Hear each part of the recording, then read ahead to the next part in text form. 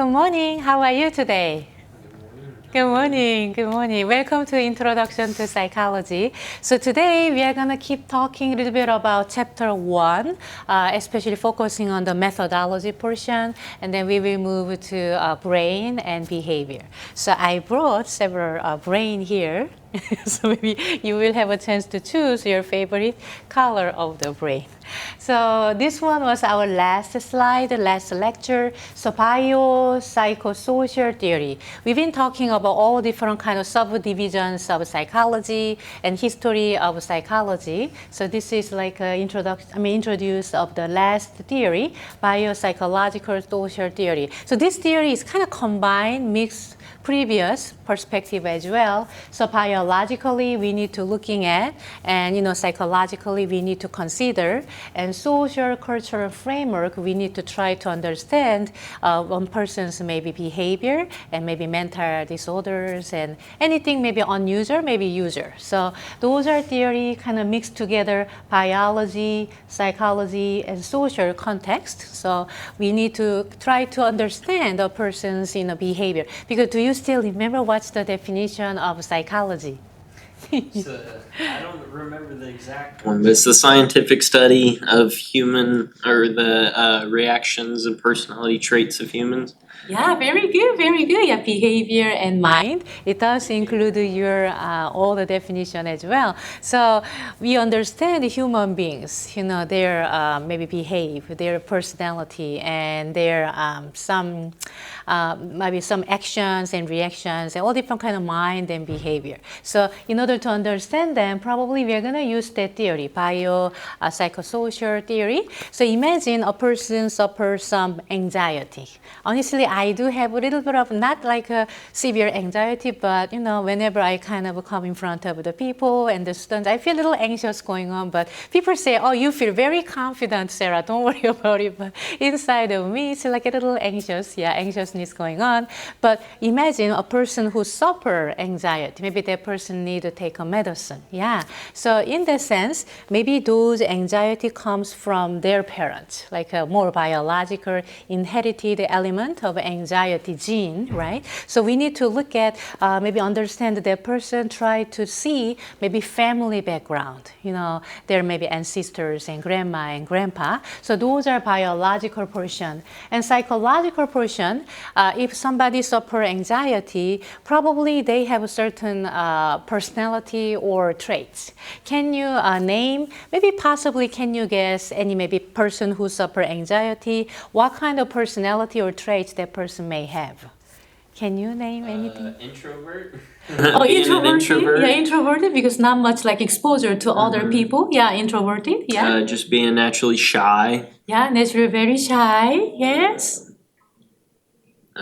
Yeah, I don't know. Okay, very good, very good. And possibly if something happened, oh, it's going to be disaster. There's no chance to recover. Those are more like a little bit of pessimistic kind of, yeah. So I really need to be very well at this moment. If I, do not do well, that means I'm done. It's over. That kind of maybe some personality and traits can be possibly to that person. So psychological factors we try to understand, and social factors. Somehow that person maybe live with a family and their all siblings suffer anxiety. Maybe their parents also taking medicine and anxiety. So in that sense, those in the environment, like growing environment, family environment, can be possibly make that person showing those more anxiety traits. Yeah. So that's one of the theory. So far, we've been talking about all different kind of psychological framework and theory. Which theory, maybe which theorist do you feel like, I think maybe I want to use, for example, like a positive psychology, maybe humanistic perspective or psychoanalytic perspective, I want to try to use. Maybe that's the maybe a good way to understand the human being's mind and behavior. So think about it. Maybe I'm going to couple of in a second. So we've been talking so many framework, right? So can you maybe choose your favorite one, and then maybe why do you feel like maybe that's more makes sense to me? I mean, if you don't have a particular one, that's totally okay. But think about it, yeah. If you watch RSU TV, please think about maybe one of the theories and maybe those theorists. I feel like that's more makes sense, yeah. Maybe behaviorism. Yeah, maybe you feel like maybe behaviorism, it does make sense to me most. Or maybe humanism. It's more makes sense to me to understand human beings' mind and behavior. So, yeah, couple of seconds, yeah, think about it, and we will share, yeah.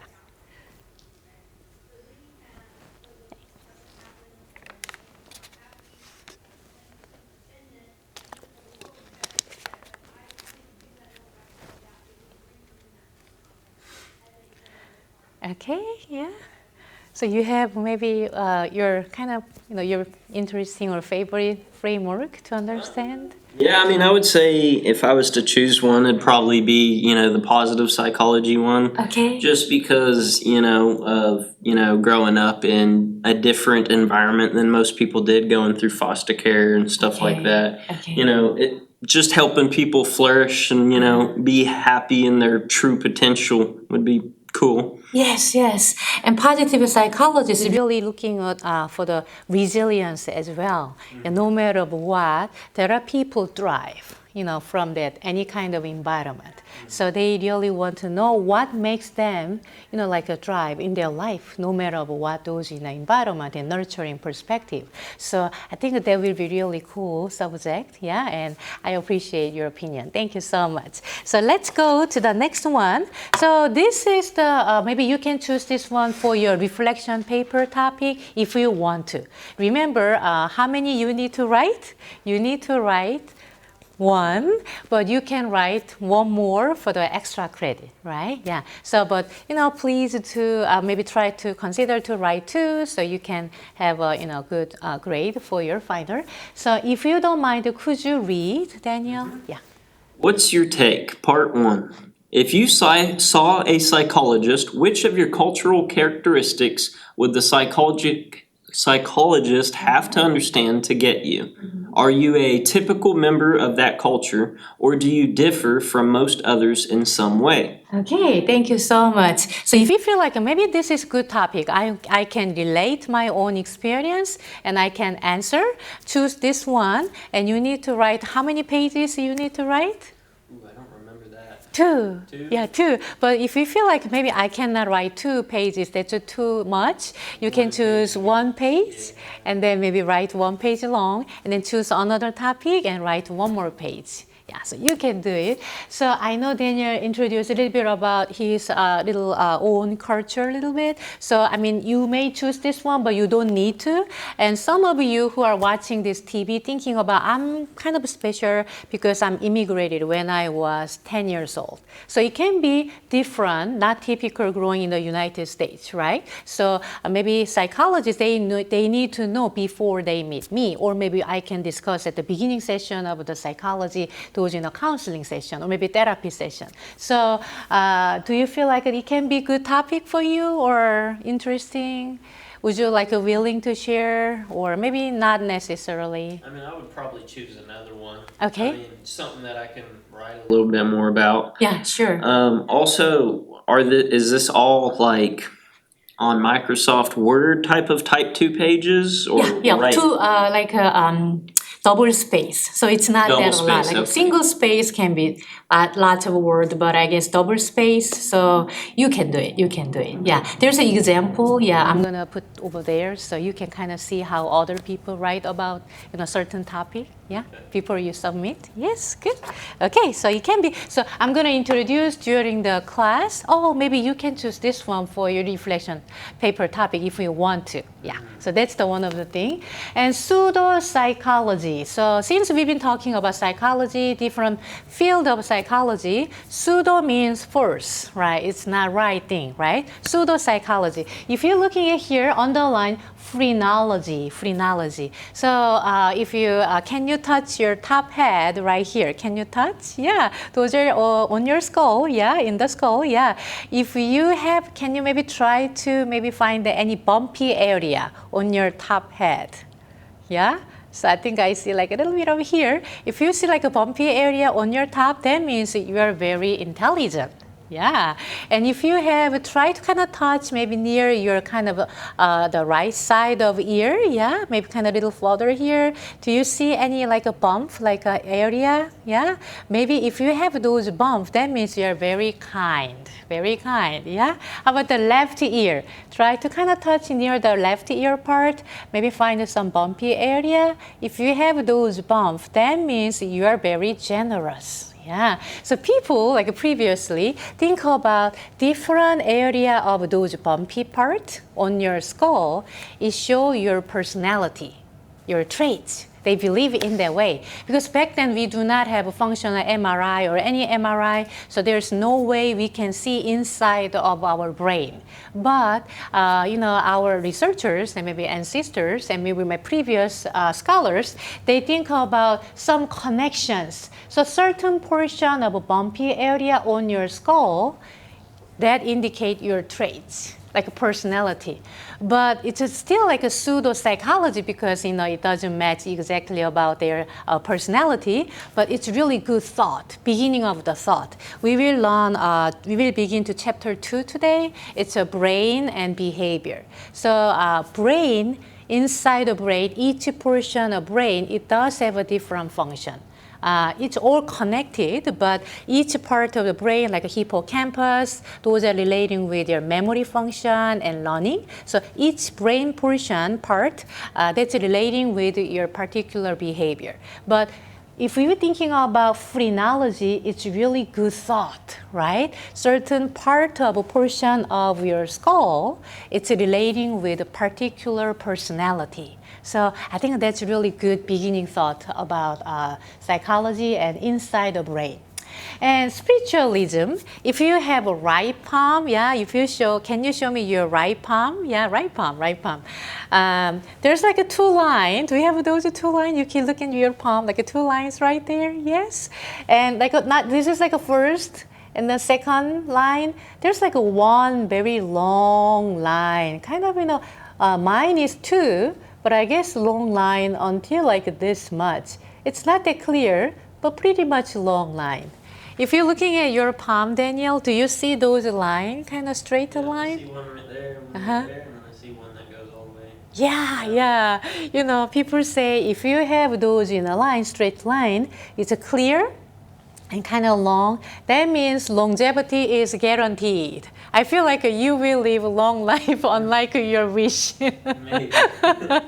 So, those are all the spiritualism and palm readers, and it's not true. I want to say those are all the pseudo-psychology. Yeah, so we need to have some critical thinking, yeah, if it is really right information or not. So we are going to watch a short video clip, and we have a tendency to believe. Once we believe, we just going to believe forever, even though it's not a right information. So just let's watch.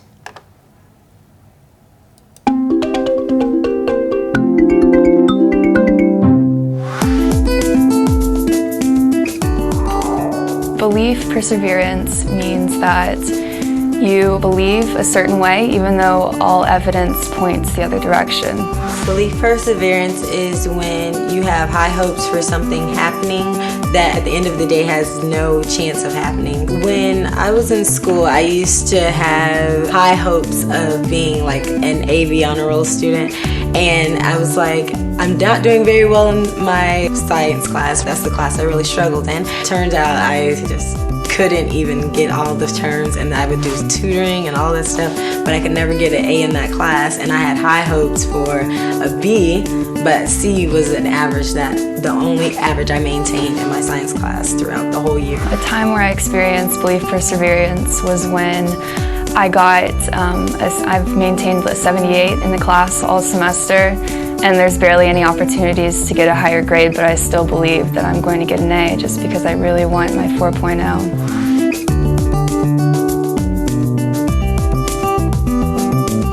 My appearance, they felt like I had so much cheer that I would be a cheerleader and all this stuff. And I was like, no, that's not who I am. I'm more like a sporty girl and I'm doing sporty things. And they're like, well, no, you should be a cheerleader. You should be something peppy. I'm like, that's not me. I'm sorry.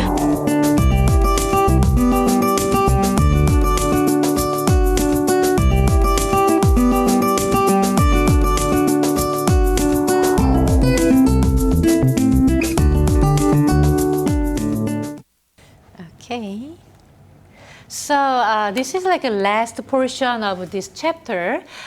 It talks about scientific part. Psychology is a scientific study of mind and behavior. So we are going to dig a little bit into scientific portion, like a research.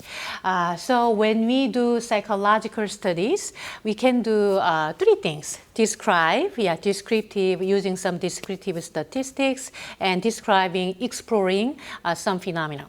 And correlate, it's one thing and the other. Is there any relationship between those two? And the last one is experiment. You set up those particular laboratory setting or some context and try to measure somebody else anxiety level and cortisol level, maybe some heartbeat. So those are more like an experiment situation. So we will go one by one with some example. Okay, here, descriptive research. Let's say you are really interested about college students' sleep pattern. So how many hours do you sleep, Daniel?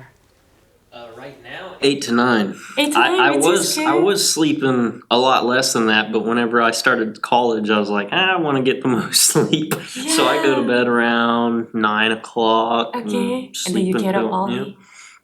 So get up early means like 5 and 6, I guess, right? Those are like 7 to 8 hours sleeping. Okay, which is good. That's perfect. Yeah, because I realize most of college they do not have enough sleep. Enough means like 7 to 8 hours. There's much less. But some of them they have really good sleep, like 9 to 10 hours. Honestly, I asked the same question to my child psychology class, and we've been talking about some sleeping and hippocampus and those brain function. And two of the students, they sleep 9 to 10 hours. So we really, wow. And other students, how can you sleep that much? But I think still that's really cool. I mean, you can sleep that good amount of sleep. So interesting, that's your research topic. So research means it's not that hard. Research means only scientists to do. No, this is like a social scientist. Anything can be research topic.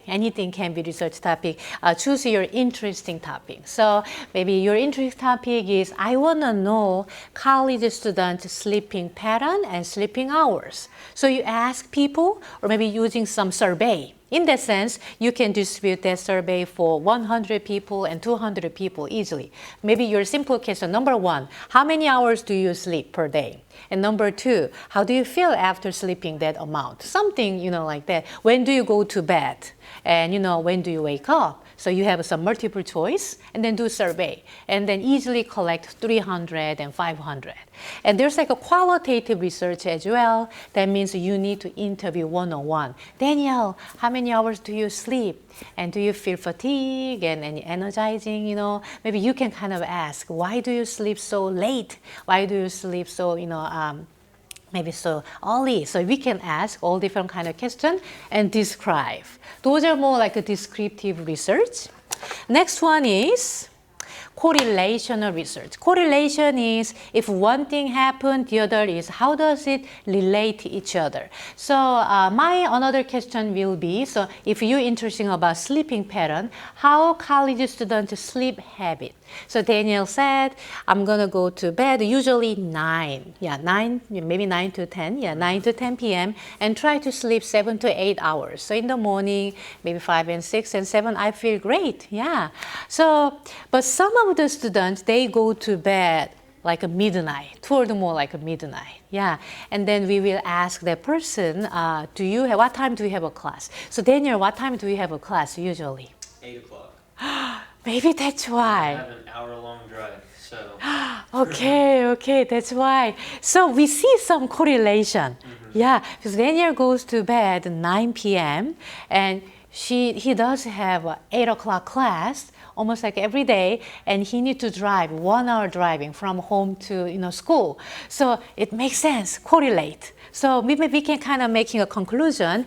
If you go to bed early, that means you have a class early.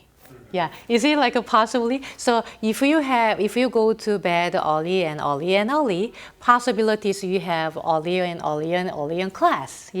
Those are more like a positive correlation. So we see the difference. So So we are using correlation coefficient, which is like a plus minus and 0. It's easy to measure in that way. So this is like a correlation. Underline, correlation means we try to see the relationship, but not necessarily causation. It's not because of. Sometimes it's because, but many times it's not causation. So here, 0 means no correlation. There's no relationship. Yeah, maybe ending up because Daniel somehow it goes very well because you go to bed early and you have an early class. But some of them they go to bed early 9, but they have a class like 1. So it doesn't make sense, right? Yeah. So, but that's the research. We want to see how other people think about certain topic. So here, +1 means very strong positive correlation. If you told in that way, -1 means very strong negative correlation. So we will see, but there's not much like a perfect +1 correlation versus, perfect -1 correlation. So we will see here, we will practice here. So variable. So variable means something changeable and measurable data. So here, we'll go one more example here. So here, I know we are all studied to get our bachelor's degree. Yeah. So if you hypothesize, if you have more degree, like a bachelor's degree, maybe master's degree, and PhD, how about the income? Can you guess? How about your income? Income will go up if you have say a doctorate or a master's degree. Yeah. Majority of the time. Yes, majority of the time. Maybe not really, but I guess maybe usually if you have a higher degree, you have an income is going up and up and up. So higher education and higher income. If you're looking at my hands, because sometimes it can be confusing, my hands goes the same direction. Sometimes it can go different direction, but same direction. So if you study more and more and more, how about your income? Income goes up and up and up. It's a positive correlation. How about if you do study more and more and more, how about your grade? Yeah, supposed to be go up and up and up and up. It's a positive correlation. Yeah, so we see education and income, we hypothesize positive correlation. But we don't want to say it's a causation because some of them, they have very, very higher education, but income not necessarily higher together, right? Some of them, they just have a high school degree, but their income is much higher than who graduate, like a college PhD program, right? So it's not causation, but correlation. Relationship is there, positive correlation. So here, how about health and smoking? If you smoke more and more and more, how about your health? Yeah, kind of going down and down and down. If you see my hands, it's opposite, different direction. Those are negative correlation. Yeah. So Daniel, can you think about any negative correlation? If you, think about it. We could go with the sleep. If you have, if you have less sleep, your psychological stuff is going to work slower. Well, I guess no, that's not a negative correlation. Here, give me a sec. I can make it. Here, if you sleep less and less and less, your psychological well-being goes down and down and down. So it's a positive correlation because my hands goes down. The same way. Yeah, same way. Yeah, I mean it's so let me think of a negative one. Yeah, negative one. Think.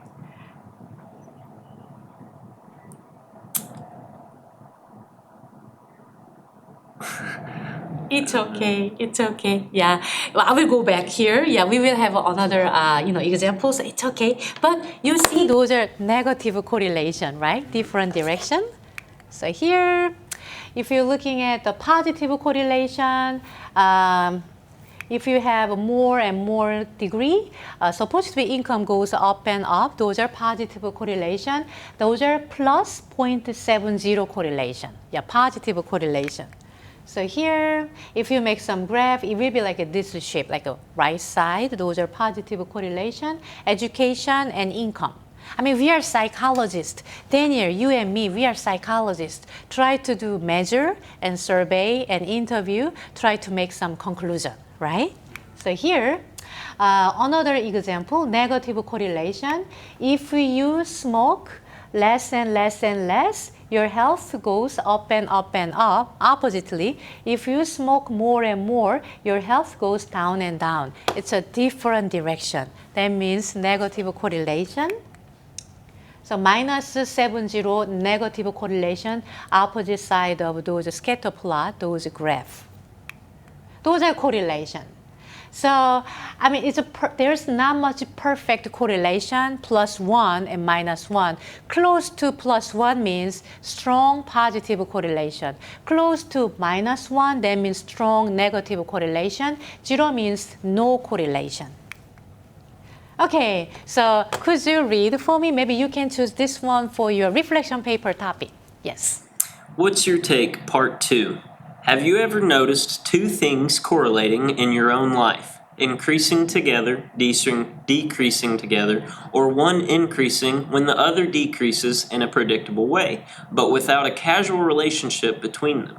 If so, what were they and how do you explain their correlation? Yeah, so maybe, I mean, if you like this topic, I mean, if you watch this TV, you can choose this one for your reflection paper topic. We talk about positive correlation and negative correlation. So we will watch a short video clip about correlation doesn't mean like a causation. So, but think about it and then we will share your maybe example of those. Maybe possibly any positive and negative correlation. Okay, so we will watch.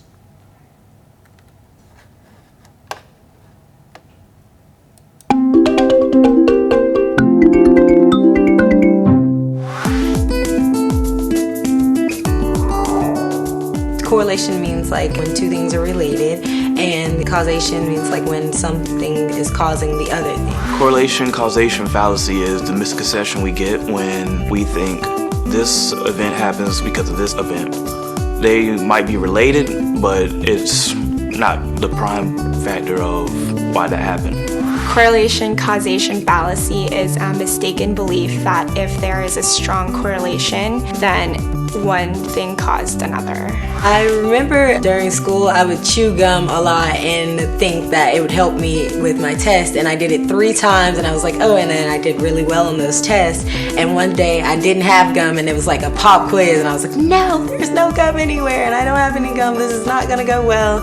And I ended up taking the test and doing very well, and I was like, okay, so the gum had nothing to do with the way my brain is processing and I have nothing to do with any of that. So that's one of the things that I thought caused me having a good grade on the test, but it didn't have anything to do with anything.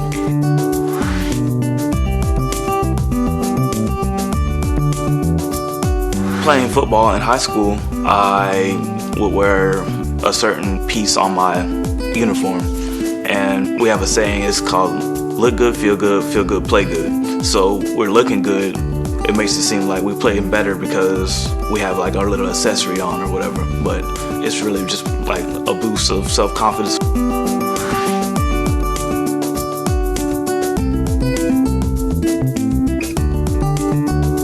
This is in high school, and like tests are like every other week or every single week, and there was a test coming up that I knew of, but at the time, I think, high school breakups, they are detrimental at the time. And so I was going through a breakup of like 2 weeks in a relationship, and I completely failed the test, and I blamed it on my breakup, but it was because I just didn't study.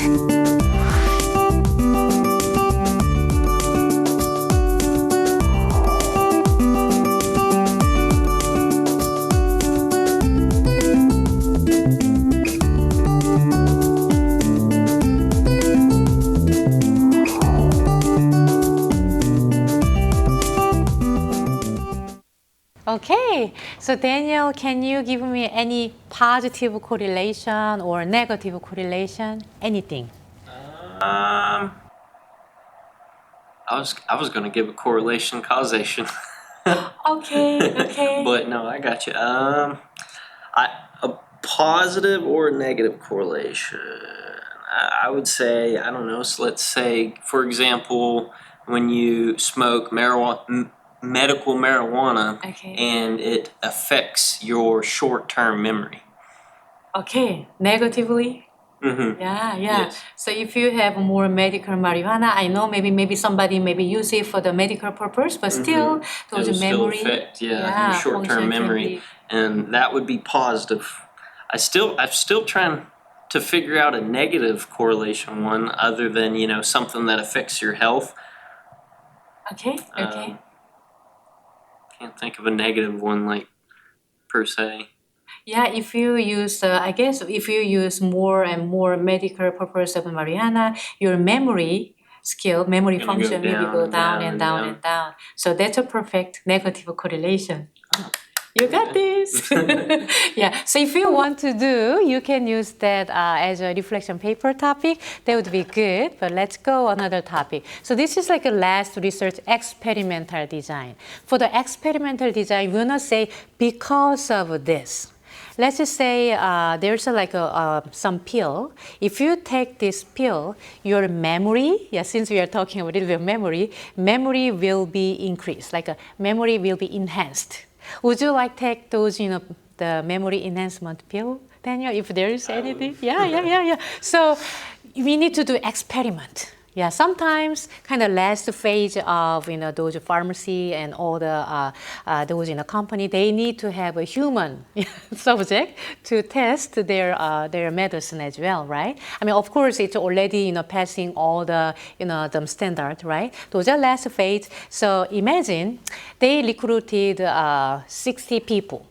30 people, they will take the one memory enhancement pill, maybe one per day for 30 days. And the other group, like 30 people, they do take some sugar pill, like a placebo, because we just kind of disguise. We are taking one white pill per day for 30 days, and we will see if there's any memory enhance. Yeah. So those are experimental group who is taking real medicine, real ingredient of memory enhancement, those portion. And the other group, 30 people, they are taking pill, but those are white kind of sugar pill. Yeah, but some of them, they believe, I will be enhance my memory because I'm taking this medicine.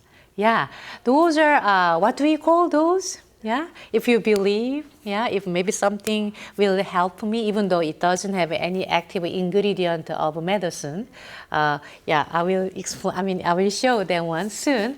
So here, experimental design. Yes, very good. Underline. It will be on your exam. So placebo, even though you do not take those in a medicine, somehow you do believe, since this is like exactly same color, white pill, I'm taking one per day, it will enhance my memory. So obviously they're going to check before their memory test and after taking those medicine and can compare those 30 people who are in experimental group and the other group as a control group and try to see if there are any difference. Those are experimental research. Psychologists, we do too, those experimental group as well, those studies as well. So here, okay,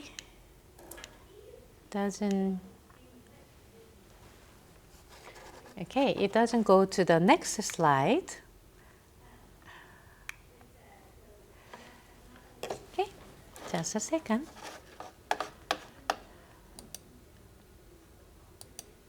Oops. Okay, let me try again.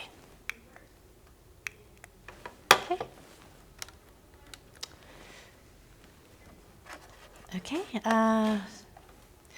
somehow it doesn't go to the next slide. It doesn't work. Computer went black for a little bit, so I don't know. Okay. Yeah, today was not stable, I guess, even though listening to those. I can do it, but maybe the screen will be like this. Yeah. Because I cannot go to the next one. Okay. But I cannot see the next slide. Okay, I don't know what to do. Yeah, I don't know either because the arrows should make it go and yeah. Okay, maybe I will Just try open it again. Yeah. Okay, oh no, not this one.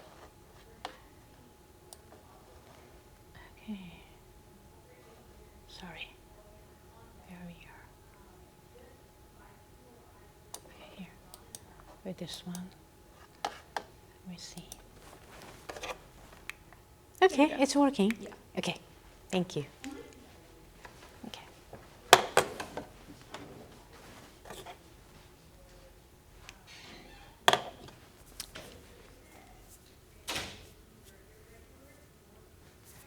Okay, so experimental research, when you see here, those are all the terminology. So I'm going to just gently introduce here because it's not it's an introduction to psychology class. But if you know this concept, you may better understand about the whole picture of the research. So here, independent variable, dependent variable. So independent, Daniel, you feel like you're pretty much an independent person? Yeah. So thinking about independent and dependent. So independent kind of person maybe try to be a leader and try to go first, right? So independent variable means if you take this medicine, like a first person, like a if part. If you take this medicine, and dependent variable, dependent person more like rely on somebody else, try to more like a supportive figure, right? I will follow you, right? More than the dependent variable. So if you take this medicine, you will have memory function better. So memory enhancement will happen to you. Those are like a following data will be dependent variable. So independent variable is if you do certain things, and it can be the reason, following data will be, your memory will be improved. Your memory will be enhanced. Those are kind of result and outcome of those independent variable. So independent variable and following data is dependent variable. So depending on those independent variable is kind of following toward as a more like an outcome. Okay, so here experimental group, that was a good example. Maybe we keep using those. 30 people who are taking real memory enhancement pill, those are experimental group. Right? And 30 people who take just like a sugar pill. Like it looks like exactly same white pill, but it doesn't have any active ingredient of memory enhancement. Those group, we call it control group. How can we divide those 30 people? Through random assignment. Because for the objectivity, right? At randomly divide those 30 people and the other 30 people. So here we are using all different kind of statistics analysis in order to see those significance, but I'm not going to go deeper about those. So here on the line, Daniel got the right answer, placebo effect. Some of the person who are in the control group, even they didn't get any active ingredient of those memory enhancement pill, but they still improved their memory skill. That's the part of a placebo effect, expectation. People have expectation of, since I'm taking the pill, maybe it will increase my memory. I feel like maybe I may experience placebo effect as well. Somebody give me, this is like a newly like invented pill. If you take this one, you will enhance your memory. Then you feel like you may feel the same effect, or maybe, possibly, those are placebo because our belief make us maybe increase somehow. If your brain believes, it's true. Yes, it's true, So we will talk about brain function next chapter. So those are part of like a placebo effect. Single blind studies. So you do not know, Daniel, you do not know if you are having active ingredient of those memory pill or not. As like a white pill, just placebo effect. So in that sense, we can kind of more objectively measure if it is really effective or not. Those are single blind study. Double blind study means I'm the person who distribute those in a pill, but even I do not know. Because if I know it, I know as an experiment, Daniel didn't take the real active ingredient memory pill, probably he will not increase the memory. I have assumed, like assumption is going on. So in order to avoid experimental's bias, we are using double-blind study. So you do not know, I do not know. I got the pill, just A and B. Random assignment, I need to give A or B to Daniel. or maybe other one to the other person. Those are double-blind study. Okay. So here, this is like our maybe task we can kind of do together. So Daniel, if you don't mind, could you read, suppose, that part? Suppose you're interested in how students' caffeine intake affects the quality and duration of their sleep. Using an experimental methodology, design a study to test your question. Okay, very good, very good. I mean, we've been talking about independent variable and following, like a dependent variable, and experimental group and control group, and through the random assignment, because we want to be more objective, right? So I will give you a couple of minutes. So think about this topic. If you are experimental design study, how would you put? Yeah, if you can think and explain to me, that would be great. So by the way, Daniel, do you like coffee? And coffee drinking is your thing or not really? Not really. Okay, okay. You like more water drinking? Yeah, me too. I'll drink coffee, but it's got to be cold. Oh, cold, like hot iced liquids coffee? make me sick to my stomach for some reason. I see, I see. Yeah, me neither. I do not drink coffee. I do drink water. I love water, lemon water. So I will give you time to other people. Yeah, so think about it. Well, how can we set up those experiments? Yeah, with those. Because you interested, let's say, because students, I realize they need coffee in the morning, right? Some of them, they really need to drink coffee and then maybe brain function, begin to, right? So think about that. If you want to do research with some experimental design, how would you set up those in your study? Okay, so think about it.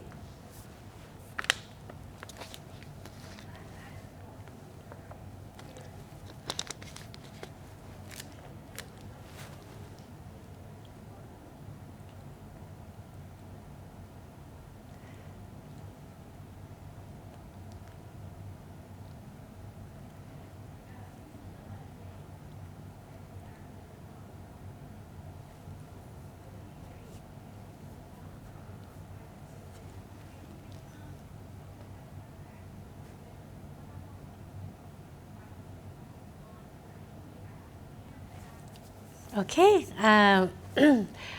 Daniel, if you don't mind, could you maybe try to explain? I will help you. Yeah. So the independent variable would probably be the caffeine intake itself. Yes.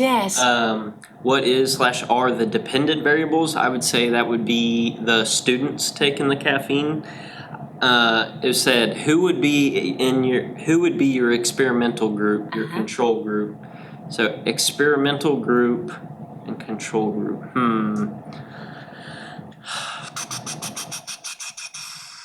So we would have the experimental group would be the group that has caffeine in their system. Yes. The control group would be those that don't have caffeine in their system. Yeah, very good. And then how would you determine who's in which group? It would probably also depend on the person's age. I don't know. Okay. So maybe like have a group that is an adult and have a group that is younger and see how it affects the different ages differently. I'm not sure. Okay, very good. So if you want to do, maybe this is your interesting area, you love coffee or maybe Coke in the morning and try to see the difference, like you may have 100 people as an experimental group. So 50 of them, let them take coffee in the morning. And then we will see, how do they sleep at the nighttime. Yeah. And 50 of them, you just provide water and no caffeine in it. Yeah, try to see the result. So independent variable, you just explained very well, somebody who take the caffeine, right? And see the result, their sleeping pattern. And what time they go to bed and how much they do sleep, right? Yeah. And experimental group, you take the caffeine. Yeah, it can be coffee or maybe Coke, right? And control group, you haven't taken. Maybe nothing or you provide water. Maybe just because you're participating in my study and try to see. The last one is which one should go in certain, category. In order to have, we will generally say our result, random assignment. It doesn't need to be age appropriate, but if you want to see age difference before adolescent versus after adolescent, that means you need to have the group of people differently. Yeah, but still you need to have random selection. Like before adolescent, there are so many people, but among them you choose randomly 50 people, right? Yeah, and after adolescent, those age like maybe 18 and 19, you need to choose randomly those people, right? Randomly, those 50 people. Those are random assignment. But I know Daniel wanna see some difference between those before adolescent and after adolescent. That's really good design. Little complicated design as a beginning researcher, but you did a good job. The older you get, the more you're used to caffeine if you're drinking it constantly. Sure, So sure. Say if you're in the military, you're going to be a lot more used to caffeine and react differently to it than other Yeah, people. I see, I see. So since you are not a big fan of the caffeine, like coffee, you drink other, maybe some soda and water and... Yeah, I mean, I'll drink pop or something, Okay. but whenever I was in the Army, I would drink lots of caffeine.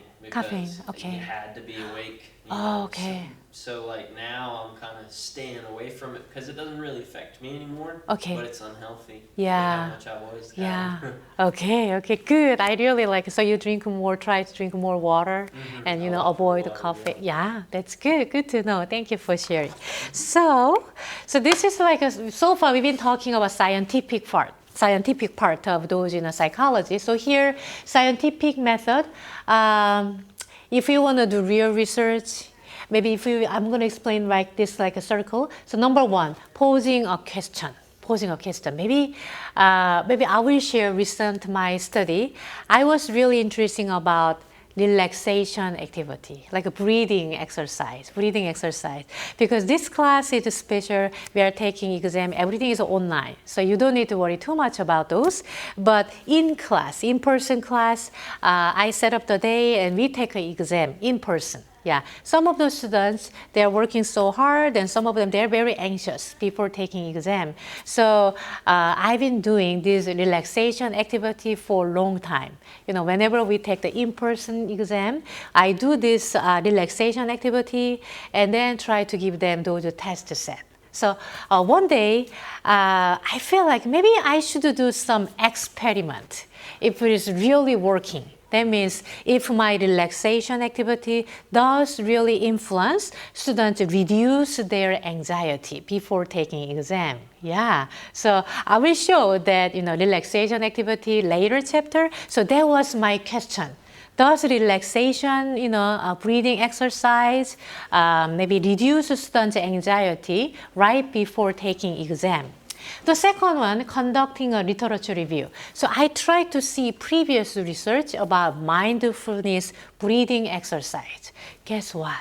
There are tons of studies done before me. I'm not alone. You know, there are so many studies done about those breathing exercise, you know, relating with lessen your anxiety, lessen your depressive symptom, lessen some agitation. Yeah, there are lots of studies done. So I kind of put all the literature review, yeah, and the developing hypothesis.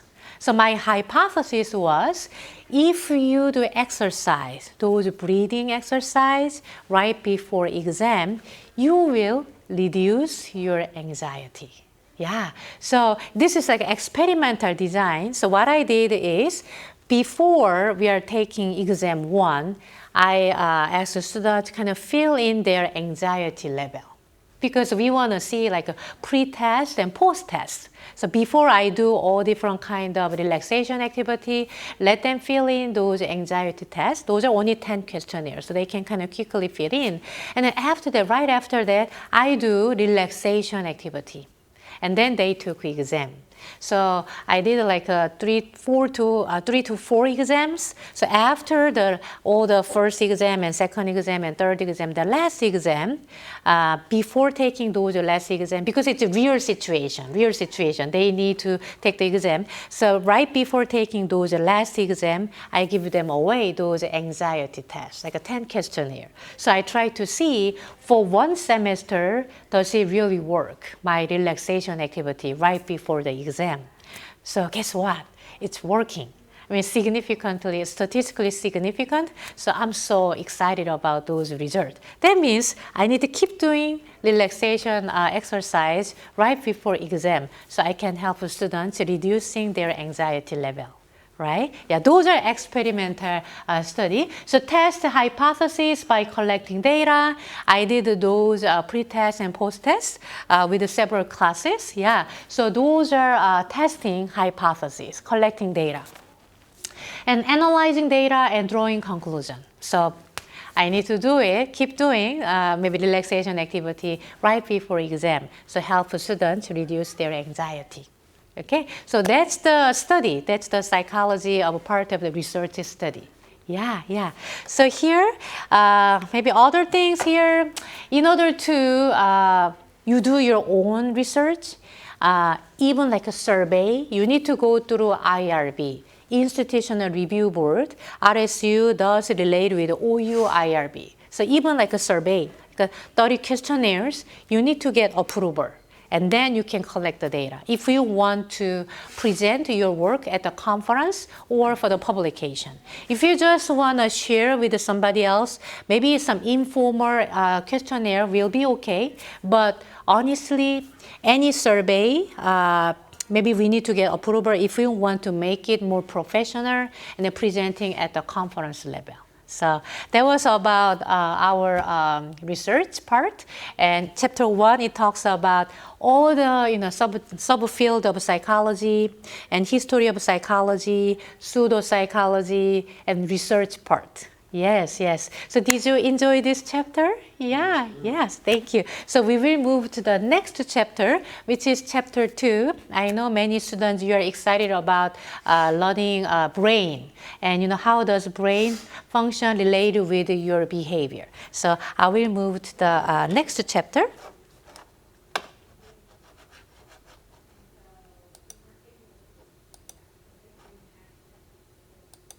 Okay.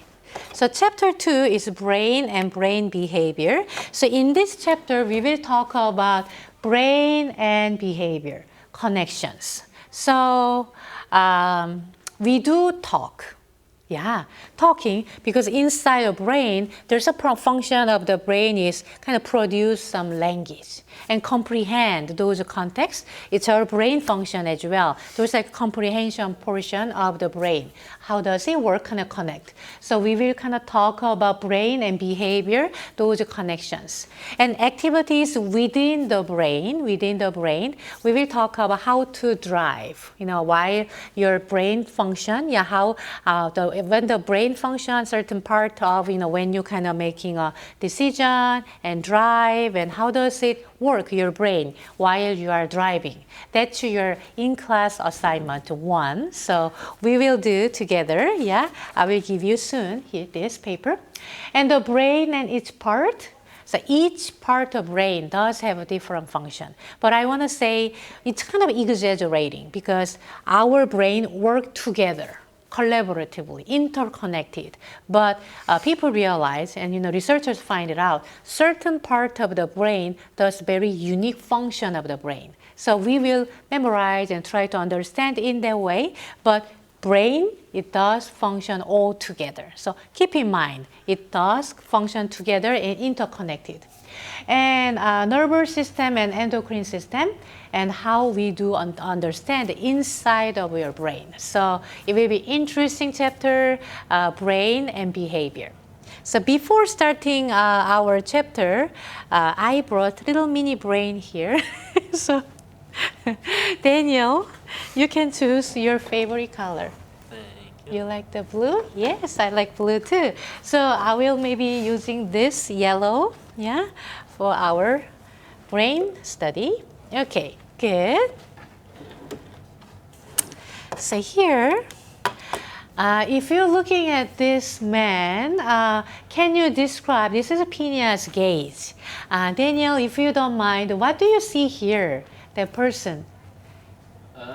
Looks like somebody that had an injury very early in history, Yes, and they very didn't know a good. whole lot about it. Very good. 1800, at that era, His name was Phineas Gage. He was a railroad worker. And he was really good person, and he was the leader. He has a girlfriend and very working hard always, very sincere and caring person. So really a likable person for everyone. And one day there was like a big explosion of the working the railroad side. So those iron rod, about like 3 feet of iron rod, kind of passing through his lower part of the mouth area, and then go to kind of hit the upper part of, like a frontal lobe of your brain. It's just kind of passing through. So make him like that, there's no eyes because kind of passing through those, skull right here. And amazing thing is he survived. I mean, people may die. It's a big explosion was there, and then those big iron rod kind of passing through your mouth and upper part of your skull, and then passing through. But still, he survived, which is really good part. Yeah, amazing part. But after that, he changed. Behavior-wise, he was okay. He can walk, he can move, he can talk. The problem was personality. He was not anymore a good person. He was really mean. He became more mean and not responsible, not caring. So, it's really totally different person, become totally different person. Yeah. So, which abilities did Phineas lose is personality. Those are traits, unique goodness of his personality is gone. So after those big accident, scholars and researchers, assume those upper part of your front part of the brain is relating with your personality, because we cannot do it, intentionally. We cannot make that person, happen that way. But after, accident happened, we can assume probably Phineas Gage hurt a lot. Those, frontal part of the upper part of the brain. Those part is relating with human being's personality, because everything is intact. He can walk and talk and move and run, but his personality has changed. It can be really sad, right? Yeah, totally different person. Another example will be Paul Broca, was a French doctor, and he did lots of patients, and one of the patients got stroke. And after that, that person couldn't speak. Could not speak at all, could not make any sound at all. Language production is gone after those stroke. Yeah, and when the person died, through the autopsy and tried to see what may be different the inside of the brain. Because thinking about, we are talking about 1800 and beginning part of the 1800, we do not have a functional MRI and CT. We cannot see the inside of the brain clearly, right? So after those stroke and the person cannot speak at all, language production is gone, and realize like a small part of the brain, it's broken. It doesn't function normally. So after damage of that frontal kind of lobe of that portion, you cannot speak at all. Language production is gone. So after that, Paul Broca named those specific area Broca area. Broca area. So his last name, Broca. If I found that area, I'm gonna name that moon area. So if your brain, maybe a Landry area. So that brain, if you have that brain, upper part of a certain part, those are relating with the language production. So, when you have some breaking that part, specific part, you cannot speak. We call it, those are Broca area. I will show as those portion later, little bit of later slide. So underline. The Phineas Gage example teach us certain part of the brain does have a different function, different connections of our behavior. Yeah, because he could walk and he could talk and he could move, but he cannot do well the personality-wise. It has changed his personality and his traits. So certain part of brain does have a different function. It's all connected. Brain and our behavior is all connected as well. Okay. So let's begin to our brain chapter, brain and behavior. You will like it. It can be a little difficult concept, but I will make it as simple as possible and more like a fun way. So everybody, can you touch? Yeah, near your desk, and can you touch? Yeah. So do you feel, you sense, maybe you sense of, I mean, for me, this kind of desk is a little hard. Yeah, kind of sharp area too. So those are sensory neurons. If you touch, if you smell, if you hear, if you taste, if you do see, you do those sense to sending those signals to your brain. So here, sensory neurons, afferent, access to your brain. Afferent. So in Korea, I'm originally from South Korea. In Korean word, there's no difference. Those a sound and e sound. So for me, it's same. Afferent and afferent. I try to more, intentionally try to make a difference, but Daniel, you can do it. Can you help me? So sensory neuron means you touch and you see. There's afferent. So here, afferent. So remember in this way, access to your brain. So when you touch and when you see, you kind of sending those information to your brain. Mm-hmm. Yeah, those are afferent. Can you say to me? Afferent. Very good, afferent. And motor neurons, since you got that, oh yeah, Sarah, this is a little sharp. Do not touch too harsh. Yeah, do not touch too hard. It may hurt you, right? So brain will signal to the, motor neurons. Motor neurons, your muscle and gland. So move, do not touch too harsh right here. This is the sharp, kind of edgy part. So your brain will send a signal. It's a motor neuron, afferent. So afferent means exit to your muscle and gland. So if you remember in that way, touch, maybe if you touch, yeah, those are sensory neuron, afferent, access to your brain. And your brain will say, oh, Sarah, do not touch too hard right here. It may hurt you. So those are motor neurons. You can kind of move your body. Yeah, those are afferent. Access to your muscle and gland. So if you remember in that way, sensory neurons and motor neurons. The sensory neurons, different word is afferent.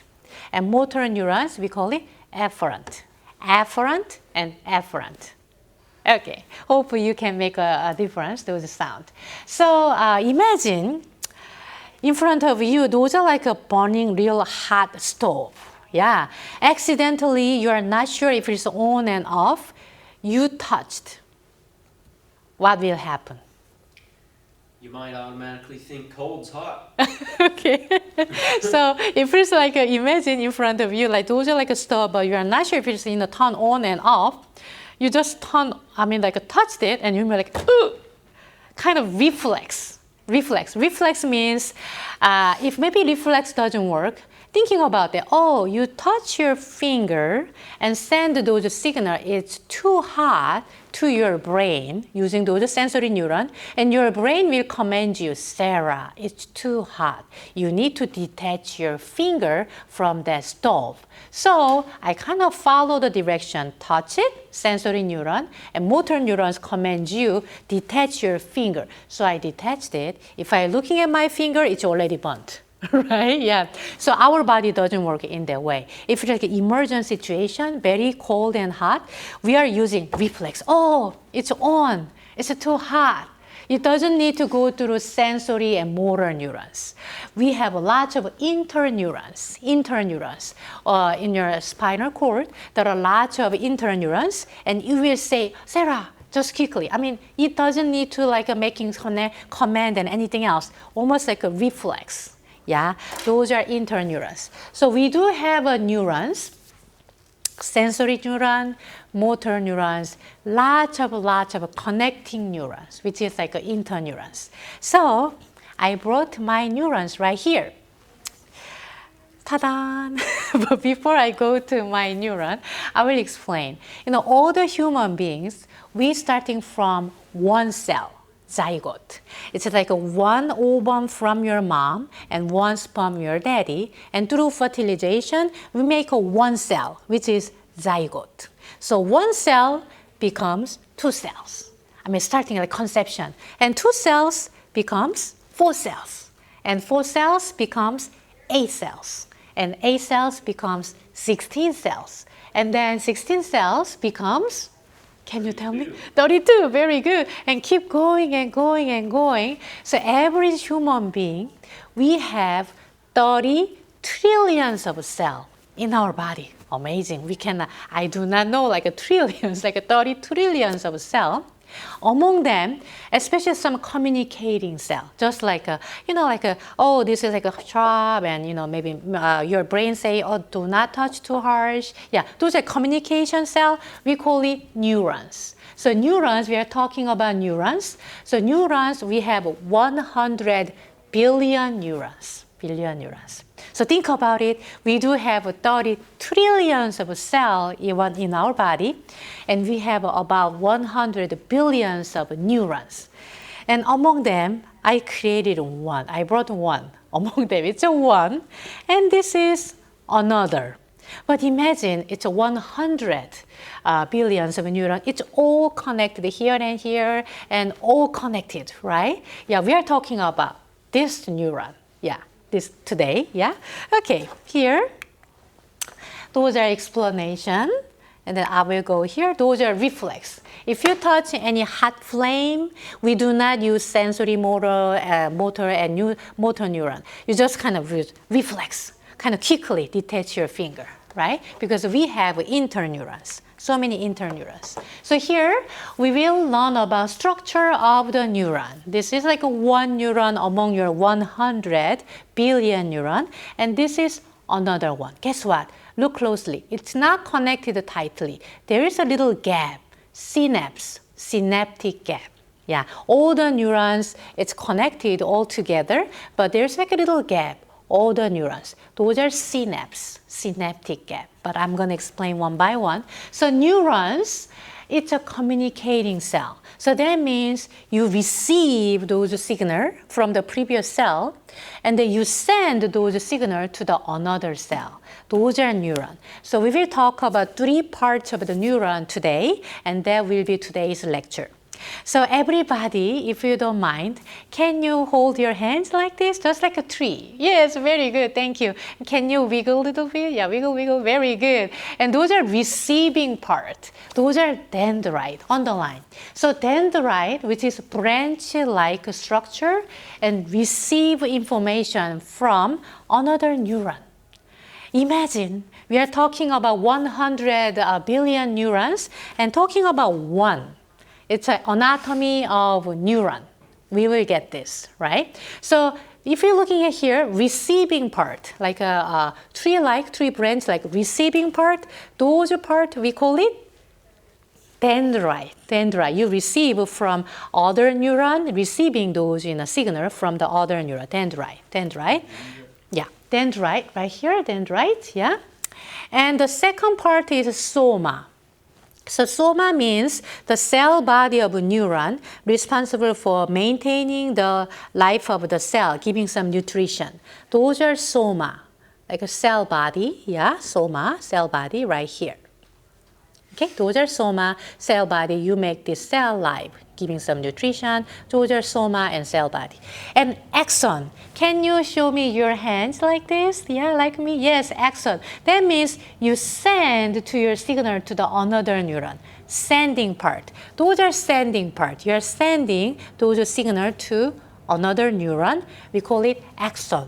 Axon. Yes, yes. So try to remember the anatomy of a neuron. This is like a one neuron. It looks like a branch, tree like a branch. Receiving part, dendrite. You are receiving messages from other neurons. And soma make this cell alive, yeah. And those are soma. And those are part, you kind of make your arm kind of stretchy like this. Those are axon, sending those signal to the another neuron. Those are axon, long tube-like structure that carries the neural message to other cells. So I will show that picture right here. When you see lots of a tree shape, like the tree branch, those are dendrite. Those are dendrite, receiving part, receiving signal from other neurons. Those are dendrite, receiving part. Looks like a branch, yeah. And then soma, cell body, make this cell alive. And axon, you're sending those signal. Yeah, sending those signal, axon. If you're looking at axon, what does it look like, axon? Like some pink area.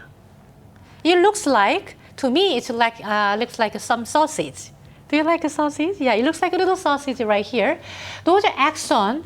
Axon should be the black part, but axon is insulated with myelin sheath. Those are yellow part. That's why I kind of yellow part right here. Those are axon is insulated with myelin sheath right here. And at the end, we do see axon terminal. Terminal means at the end, the station.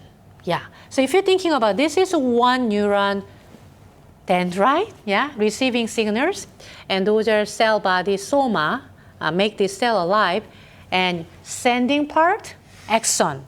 Axon is insulated with myelin sheath. Underline, it will be on your exam. Myelin sheath. So if you're looking at that, axon means sending signal to the another neuron. Because of those junction, you can send the signal faster. Kind of jumping,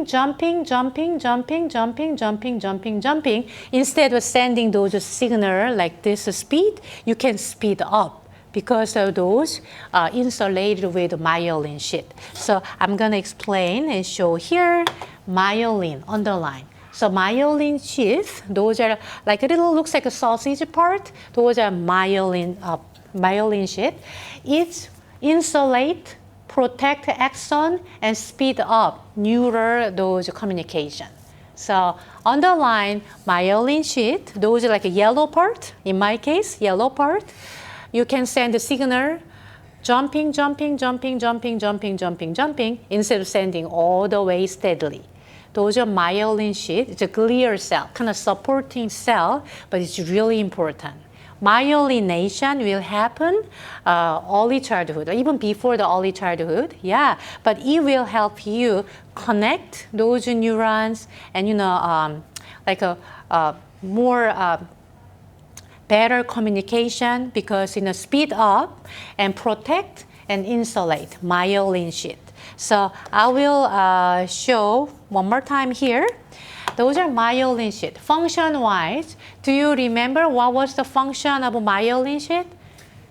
It protects, Yes. insulates, and speeds up. Very good, very good, very good. It will be on your exam, okay? That's the function of a myelin sheath. It's a healthy myelin sheath right here. Those are normal myelin sheath.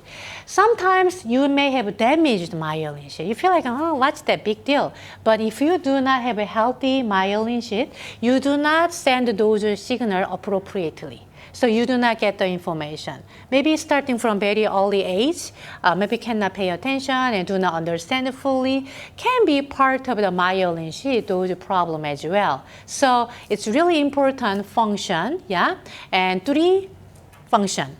You did a great job, insulate, yeah? Kind of, insulate and protect those axon and speed up. Because of that, you can sending signal faster. Yeah, those are function of myelin sheath. Okay, so so far, we've been talking about all, a little bit of function of neurons and, begin to our brain chapter. Yeah, so we will talk more about those function of brain and other part of those our neurons and neurotransmitters and dopamine, endorphin, serotonin, all different kind of neurotransmitters this Thursday. So are you excited about this chapter, like a brain chapter? Yeah. So I will check on that. Everybody, can you show me your hands? If you're thinking about the neuron, like a receiving part, what do we call receiving part? Receiving. Branches, Yes. Axon? Axon is Yeah. sending part, right? Dude, never mind. Yeah. Yeah? Dendrite. Yes, yes, very good. So dendrite. Notes. No, you did a great job. You did a great job. Receiving part, yeah, receiving from another neuron. And sending portion, we call it axon, right?